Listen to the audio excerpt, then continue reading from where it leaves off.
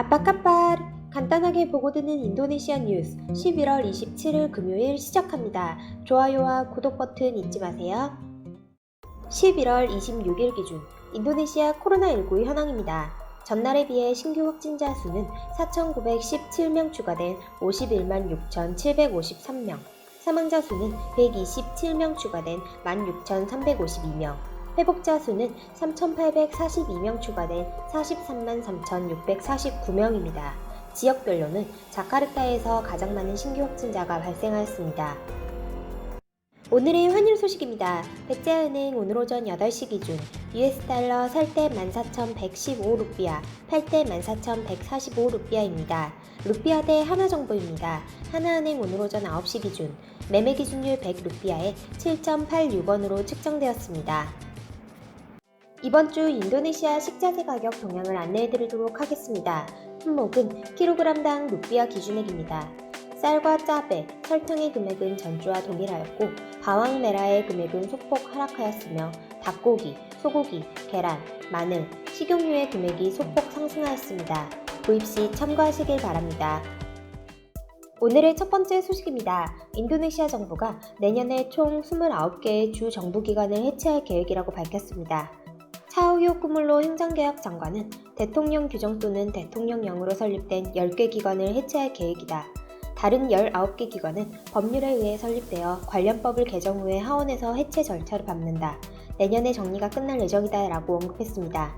조코 위도도 대통령은 2014년 취임 직후에도 10개의 국가기관을 해체하는 등 비관료화 정책을 적극적으로 추진했습니다. 지난 7월 조코이 대통령은 생산 효율이 비효율적이거나 업무가 중복되는 기관을 추가 해체한다고 발표한 바 있습니다. 이는 코로나19 대응을 위해 업무 분담을 재할당함으로써 정부 지출을 줄이는 데 도움이 될 것으로 보고 있습니다.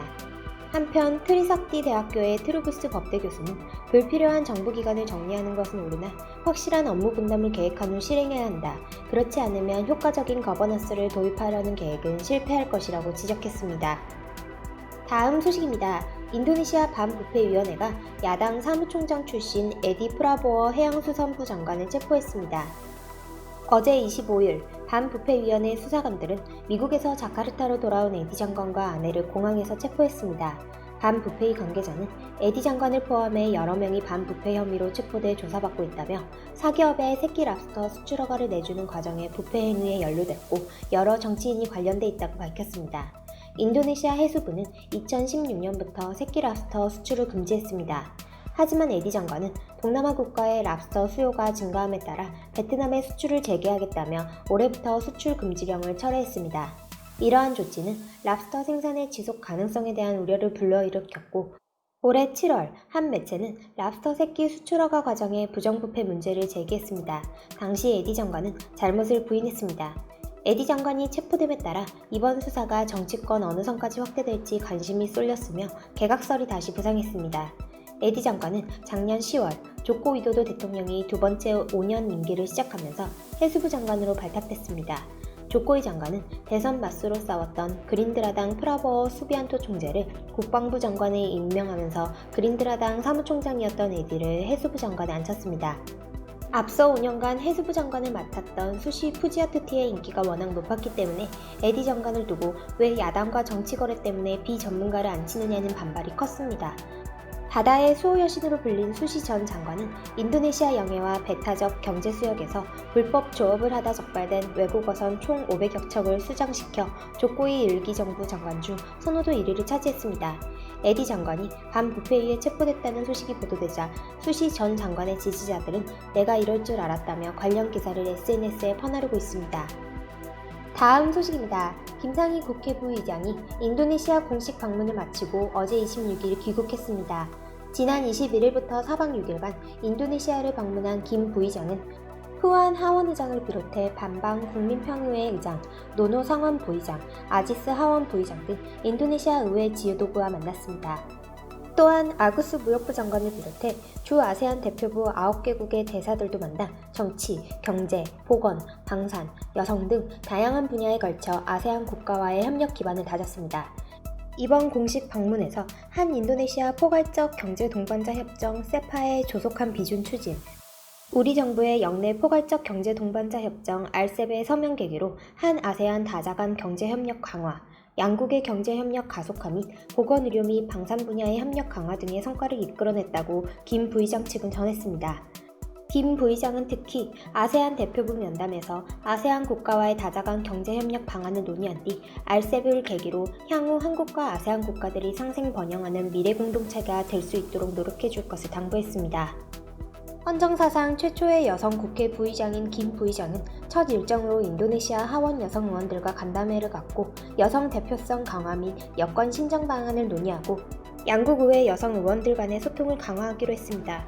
김 부의장은 순방의 성과가 국익으로 구체화될 수 있도록 후속 조치에 매진하겠다라고 밝혔습니다.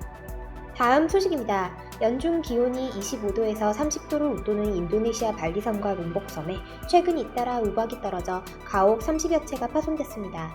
현지 언론에 따르면 지난 22일 정오쯤 발리 북부 지역에 30여 분간 비와 함께 우박이 쏟아졌습니다.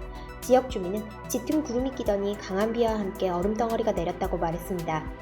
우박으로 인한 인명, 물적 피해가 발생하진 않았지만 발리에 이웃한 롬복섬 동부 3개 마을은 같은 날 내린 강한 우박으로 주택 최소 31채가 피해를 입었다고 현지 매체들이 보도했습니다. 이에 앞서 19일 발리 중심부 바둥군에도 우박이 떨어졌습니다. 인도네시아 기상기후지질청은 열대 지역에 우박이 내리는 것은 특별한 사건이 아니고 정상적이라며 정난운이 형성되면 우박과 내후, 강한 바람을 발생시킬 수 있다고 설명했습니다. 이어 발리에 국지적으로 우박이 더 내릴 것으로 예상되는데 공기 흐름에 따라 시기와 장소가 정해질 것이라며 우박보다 내우와 강풍이 더 위험하다라고 덧붙였습니다. 열대 지역에서도 우박이 종종 내린다고 하지만 해당 지역 주민들은 놀랍다는 반응을 보이며 사진과 동영상을 SNS에 올렸습니다. 인도네시아 여러 지역 가운데서도 특히 활화산 주변의 경우 화산재가 대기 중에 공급되면서 정난운이 형성돼 우박이 내릴 때가 있습니다. 다음 소식입니다. 인도네시아 관광창조경제부가 21일부터 25일까지 제2니 한국과 일본 언론 매체 관계자 및 한국인 인플루언서를 초청해 코로나19로 인해 침체된 국내 관광 활성화를 위한 팸투어를 실시했습니다. 관광창조경제부는 특히 이번 팸투어를 통해 관광지에서 보건수칙이 철저하게 시행되고 있음을 홍보하고 관광객 또한 개인 보건수칙을 지키면서 안전하게 국내 여행을 할 수 있다는 점을 강조했습니다. 관계부처의 관광 마케팅 담당 시기기사는 관광산업이 80% 이상 되는 발리는 이번 코로나 팬데믹으로 인한 경제적 타격이 매우 심하다. 국내 관광이 지난 8월부터 재개됐고 외국인 입국 허용 여부는 이번 주에 관계부처 간 회의를 통해 결정될 것이다. 12월이나 1월 중에 가능하길 기대하고 있다고 말했습니다. 인도네시아 정부는 주요 관광지의 호텔 및 식당들이 보건수칙 규정 심사를 통과하며 아이두케어 스티커를 발부하는 제도를 시행하여 안전한 여행을 보장하고 국내 관광 활성화에 힘쓰고 있습니다. 아이두케어 스티커 부착은 의무사항은 아니지만 이를 원하는 호텔 및 식당들이 온라인으로 신청하며 인도네시아 국영검사 회사 스코핀도에서 실사 후 발급해줍니다. 관광창조경제부는 앞서 중국 유학생협의회와 제2니 인도 커뮤니티의 오피니언 리더들을 대상으로 발리와 반유왕이 주요 관광지 팸투어를 실시한 바 있습니다. 11월 27일 인도네시아 소식 여기서 마치겠습니다. 유익한 정보 되셨으면 좋아요와 구독 버튼 부탁드립니다. 내리마까시!